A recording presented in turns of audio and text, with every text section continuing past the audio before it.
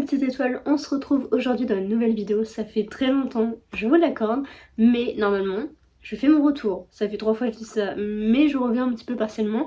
Mais là, normalement, ça devrait revenir. Je vais au moins me tenir à une vidéo par semaine. Ce serait déjà pas mal. Vous l'aurez sûrement deviné, on revient aujourd'hui pour un book haul. Donc, il est pas si nombreux. C'est celui donc du mois de mai, j'ai oublié de vous le dire. Il est pas si gros que ça. J'ai fait pire. Et je crois que j'ai pas fait mieux d'ailleurs. Mais en tout cas, je suis plutôt contente des petites trouvailles que j'ai faites. Vous allez voir qu'il y en a quand même certains influencés par Instagram. Mais il y en a d'autres que, en fait, j'ai découvert juste comme ça. Aujourd'hui, je vais changer un petit peu de format. Au lieu de commencer par mes achats, je vais plutôt commencer par un service presse que j'ai reçu donc au mois de mai, qui est donc sur ma liseuse, mais je peux pas vous le montrer puisqu'en fait sur le PDF que j'ai reçu, et bah il n'y a pas la couverture, donc du coup je vous afficherai une petite image, enfin du coup de la couverture juste ici, comme ça vous aurez tout plus facilement, parce que si je vous montre une page blanche, ça va pas vous aider plus que ça. Le roman s'intitule donc Les rêves d'Istarion, tribulation juvénile de Nathan Dilatrève et c'est un auto-édité. Donc quand l'auteur m'a contacté pour savoir si j'étais intéressée ou non par son livre, j'ai lu le résumé etc. et je me suis dit ça a pas mal de potentiel. Et donc j'ai accepté et je l'ai terminé. Donc aujourd'hui nous sommes le vendredi 17 juin je crois, donc un truc comme ça. Je l'ai lu assez rapidement parce que je dois faire ma chronique avant fin juin et donc je sais pas si vous verrez cette vidéo avant ou pas ma chronique, mais en tout cas je l'ai terminé. C'était une très bonne lecture, mais ça je vous en reparlerai plutôt dans une autre vidéo.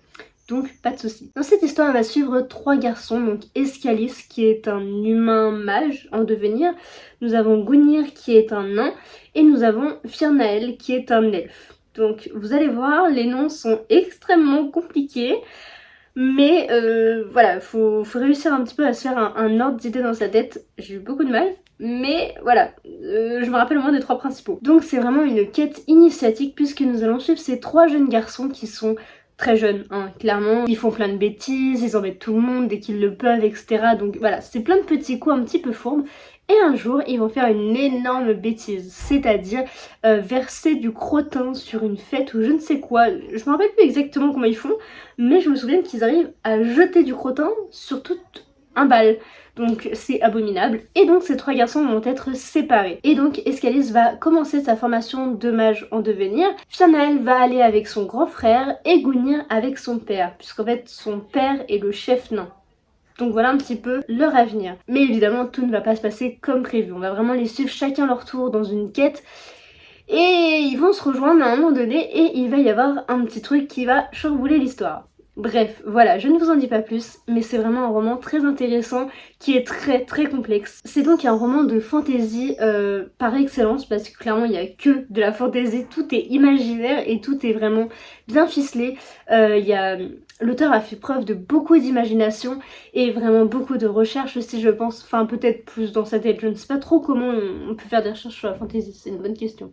Mais bref, il a vraiment fait un travail énorme et du coup je ne peux que féliciter l'auteur pour ce travail et donc je voulais quand même vous dire à quel point je l'ai aimé. C'était pas non plus un coup de cœur mais c'était une très bonne lecture que je vous recommande.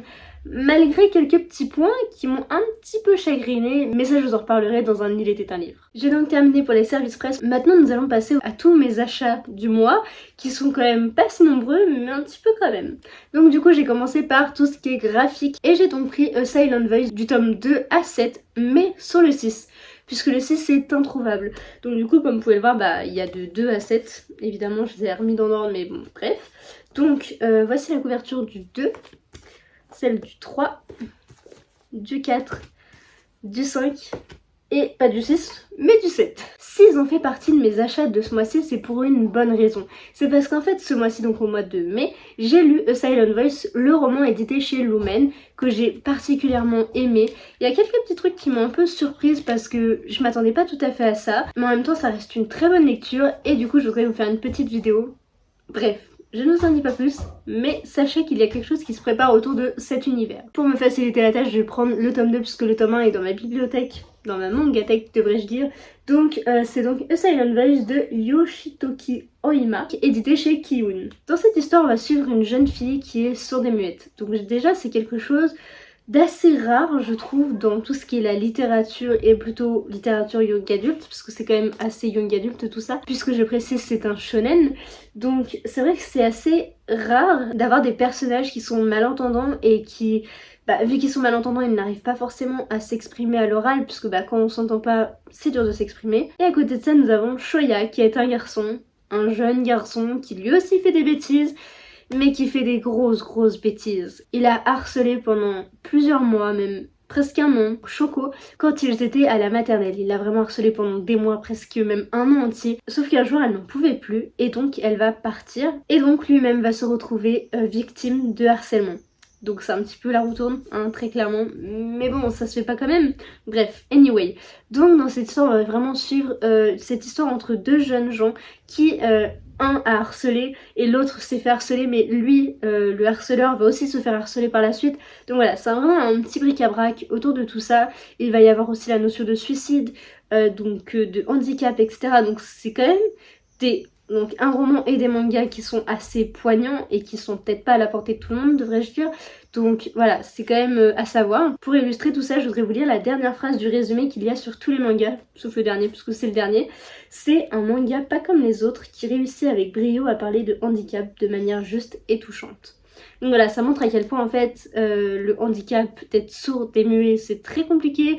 Donc déjà, il faut vivre avec ça, faut savoir vivre en société, il faut que les autres nous acceptent, etc. Et les façons de penser, les façons de se faire voir, etc. Bref, c'est beaucoup de choses qui se passent comme ça. C'est aussi une très belle histoire d'amitié, donc je vous en dis pas plus. Mais en tout cas, j'ai lu le tome 1 en manga et j'ai lu donc le roman, c'est pour ça que j'ai acheté la suite. J'ai pas encore lu la suite, mais ça ne devrait plus tarder et j'attends juste de trouver le tome 6 déjà, ça pourrait être pas mal. Sinon j'ai trouvé une alternative à la bibliothèque, donc ça c'est plutôt chouette. Voici donc pour A Silent Voice. Ensuite, en parcourant les rayons, j'ai trouvé un livre que je n'avais mais vraiment jamais entendu parler. Mais du coup, en voyant la couverture, j'ai été plutôt intriguée. Et puis j'ai lu le résumé et ça m'a encore plus attirée et du coup... le voici. Il s'agit donc de Once and for All, donc de Sarah Dessen, édité chez Lumen. Si ce roman m'a particulièrement intriguée à première vue, c'est par ces petites lanternes que l'on voit juste ici, donc avec un petit cœur, avec des petits noms, des petits machins, et je me suis dit, ça me fait penser un petit peu à tout ce qui est mariage.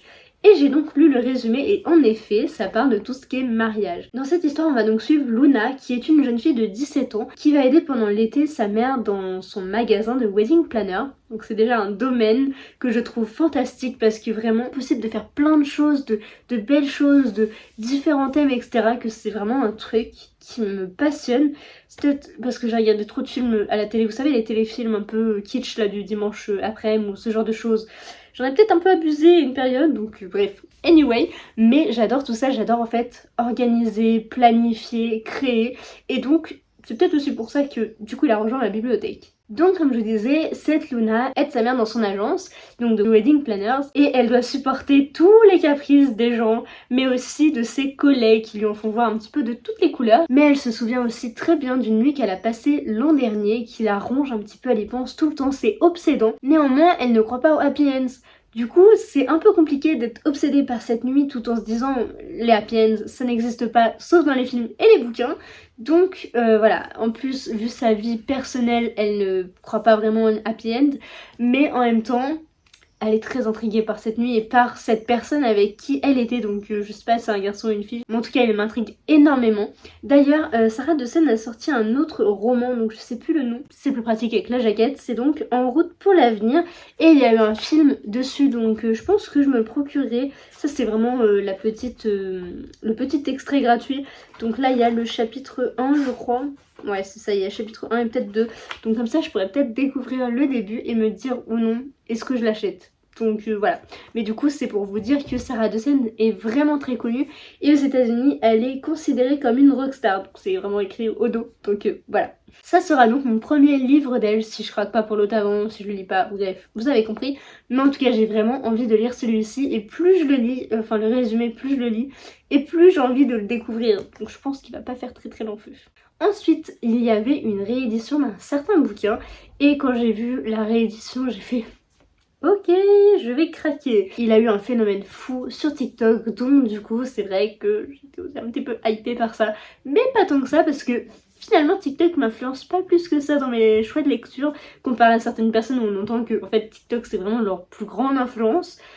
Moi non, je dirais plus que c'est Booksta pour le coup, ou peut-être Booktube. Bref, anyway, il s'agit donc de Et ils meurent tous les deux à la fin, donc de Adam Silvera, édité chez Robert Laffont dans la collection R. Et oui, c'est donc l'édition Toc Toc, la réédition qu'ils ont fait au mois de mai justement, le 19 si je me trompe pas. Elle est magnifique et les bordures sont toutes noires, c'est vraiment trop beau et là... Mais je suis fan, mais vraiment je suis fan et quand on voit comme ça c'est vraiment magnifique. Donc j'évite de trop le toucher tant que je ne le lis pas parce que je veux pas effacer en fait le noir qu'il y a dessus parce que ça s'en va souvent très vite. C'est le problème pour Vespertine par exemple de Margaret Rogerson. Je l'ai à peine acheté, je l'ai même pas encore lu que j'ai l'impression que ça commence déjà un petit peu à s'effriter. Alors je suis moyen fan. Anyway, pour celui-ci, je vais plutôt vous lire le résumé parce que je le trouve très bien écrit et je pense pas pouvoir faire mieux. Donc, allez, c'est parti. Nous sommes au regret de vous informer que vous allez être frappé par une mort prématurée dans les prochaines 24 heures. Toute l'équipe de Devcast est sincèrement désolée de vous perdre. Vivez pleinement cette journée. Ok ? Ça commence très mal. Le 5 septembre, un peu après minuit, Mathéo et Rufus reçoivent chacun le funeste appel. Ils ne se connaissent pas, mais cherchent tous deux à se faire un nouvel ami en ce jour final. Heureusement, il existe aussi une appli pour ça, le dernier ami. Grâce à elle, Rufus et Mathéo vont se rencontrer pour une ultime grande aventure, vivre toute une vie en une seule journée. Ça a l'air vraiment passionnant. Je sais pas en fait trop quoi penser de ce roman, mais vu les retours qu'il a eu, donc soit très négatifs, soit très positifs, mais en tout cas moi il me tente énormément et j'ai envie de savoir un petit peu qu'est-ce qui se passe. Et pourquoi il y a cet appel? Enfin, vous voyez, il y a plein de questions qui m'intriguent un petit peu et je me dis pourquoi tout ça? Donc voilà, c'est peut-être pour ça aussi que j'ai craqué en plus de Toc Toc parce que je voulais déjà le prendre. Mais pendant une période, il était un petit peu en rupture de stock et là du coup je l'ai vu comme ça, j'ai fait bon. Ok, j'arrive, le petit pigeon, j'arrive. Étant donné que l'histoire se passe en 5 septembre, je pense que je vais essayer de me le garder pour le 5 septembre. Donc si vraiment je peux, j'aimerais me le lire en une journée pour me dire bah du coup je fais un petit peu comme eux, je vis ma dernière journée avec eux. Vous voyez un petit peu ce que je veux dire. Mais je sais pas parce qu'en soi il est pas si gros que ça. Donc je vais regarder il fait combien de pages. Ouf, un petit peu quand même. 452. Donc je ne sais pas si je vais réussir ou pas me parer, mais je pense quand même essayer de le commencer le 5 septembre, ça pourrait vraiment être un petit challenge que je me lance comme ça, mais ça pourrait être cool du coup de le lire le jour où ça commence, enfin bref, vous voyez un petit peu ce que je veux dire. Nous arrivons déjà à mon dernier achat et oui je vous l'ai dit, j'ai été très raisonnable au mois de mai donc c'est plutôt une bonne chose. Il s'agit donc de Celle qui devint le soleil, donc de Shelley Parker Chan, édité chez Brajlon. Donc comme vous pouvez le voir, la jaquette fait que glisser, donc c'est normal si j'arrête pas de remonter mon bouquin. Donc déjà on va parler de l'objet livre qui est absolument sublime, mais tout ça je vous en parle déjà dans un vlog qui est censé être déjà sorti, mais je ne sais pas s'il sera déjà sorti, mais... Comme vous pouvez le voir, c'est magnifique. Voilà, je ne sais pas quoi dire déjà de cet objet livre qui est absolument à tomber par terre. Incroyable, devrais-je dire. Pour celui-ci, je vais avoir vraiment beaucoup de mal à le résumer, donc je vais essayer de vous le faire. Sinon, tout est comme d'habitude en description, donc n'hésitez pas à aller checker ça parce que je suis pas une pro des résumés pour résumer le résumé comme dirait Clémence. C'est un petit peu compliqué. L'histoire se déroule en 1345 en Chine, dans un petit village qui est rongé par la famine. Il y a une famille qui a donc un garçon et une fille. Lui est promis à la grandeur et à tous les pouvoirs possibles, et elle au néant, donc un petit peu la nulle de la famille, comme c'est implicitement dit dans le résumé. Mais en 1345, la Chine est soumise à la cruelle domination mongole. Donc c'est clairement pas une époque très joyeuse. Et donc la famille Zhou, qui a donc ce jeune garçon qui s'appelle Chongba, et donc la fille des eaux, parce qu'elle a pas de nom, donc on verra bien dans le bouquin. Et un jour, donc ce fameux village va se faire attaquer, et les parents des deux jeunes enfants vont mourir, et le garçon va se ronger dans la tristesse, et il va en mourir, alors que il était promu à un destin incroyable quoi, et la fille qui était vouée au néant, eh bien elle va se révéler et en fait elle va vouloir prouver qu'elle n'est pas si nulle et qu'elle n'est pas le néant, et que elle aussi elle peut avoir un sacré destin et que justement ils auraient pu compter sur elle, puisque c'est elle qui va donc un petit peu gérer tout ça. pour montrer qu'elle a un destin devant elle. Elle va se faire passer pour son frère, elle va prendre son identité et tout ce qui est ses vêtements, un petit peu, je pense, sa posture, etc. Donc ça, je ne sais pas trop encore, parce que je l'ai toujours pas lu. Mais voilà, et donc elle va devenir novice dans un monastère, et comme c'est écrit, elle a un désir de survivre. Zou apprend qu'elle est capable de tout, même du pire. Donc j'imagine que c'est tuer, etc. Je voudrais aussi donc vous lire la phrase qui est écrite à la fin. Donc vous savez, c'est les phrases un petit peu d'auteurs connus, etc. Magnifique à tout point de vue. Guerre, désir, vengeance et politique. Shelley Parker Chan a su mesurer à la perfection chaque ingrédient de cette épopée historique et queer. Ce récit ne craint ni la lumière de l'humour et de la tendresse, ni la noirceur de l'ambition humaine. Celle qui devint le soleil, comme Zou, est indiscutablement promise à un grand avenir. Samantha Shannon, donc l'autrice du Prieuré de l'Oranger et de The Bone Season. Donc vraiment, ce livre a un potentiel énormissime et j'ai très hâte de le lire. Et il est magnifique. Enfin, soyons honnêtes, il est magnifique. Par contre, il est trop grand. Donc, attendez, je vais vous montrer un petit peu. Il est vraiment trop grand par rapport aux autres. Vous voyez un petit peu la différence? Donc c'est légèrement gênant. Dans la bibliothèque, du coup, je suis obligée de le laisser un petit peu en exposition parce que ça me gêne qu'il soit si grand. Donc bref, anyway, c'est juste dans ma tête. De plus, je voudrais juste vous montrer, je trouve que les petits nuages comme ça fait trop penser à la Katsuki dans Naruto. Bref, voilà, c'était la petite anecdote que je voulais vous montrer. N'hésitez pas à me dire si vous aussi vous trouvez que ça ressemble vraiment à ça, ou si je suis la seule, et dans ce cas-là, ne me tapez pas s'il vous plaît. Mais voilà, en tout cas, je voulais juste vous faire part de cette petite remarque. Et voilà, c'est d'ores et déjà terminé. J'étais vraiment heureuse de vous montrer tout ce que j'ai pu trouver. Donc il n'y en a pas énormément par rapport à d'habitude, et ouf, tant mieux, ça fait un petit peu du bien à mon porte-monnaie. Mais il y a de très belles trouvailles et de très belles lectures à venir, donc j'ai vraiment super hâte. Donc n'hésitez pas à me dire si vous en avez lu, s'ils vous tentent ou si je vous ai vraiment donné envie de les lire, comme par exemple Tribulation juvénile. N'hésitez pas à me dire tout ça, et puis je vous retrouve très bientôt dans une prochaine vidéo. Bye!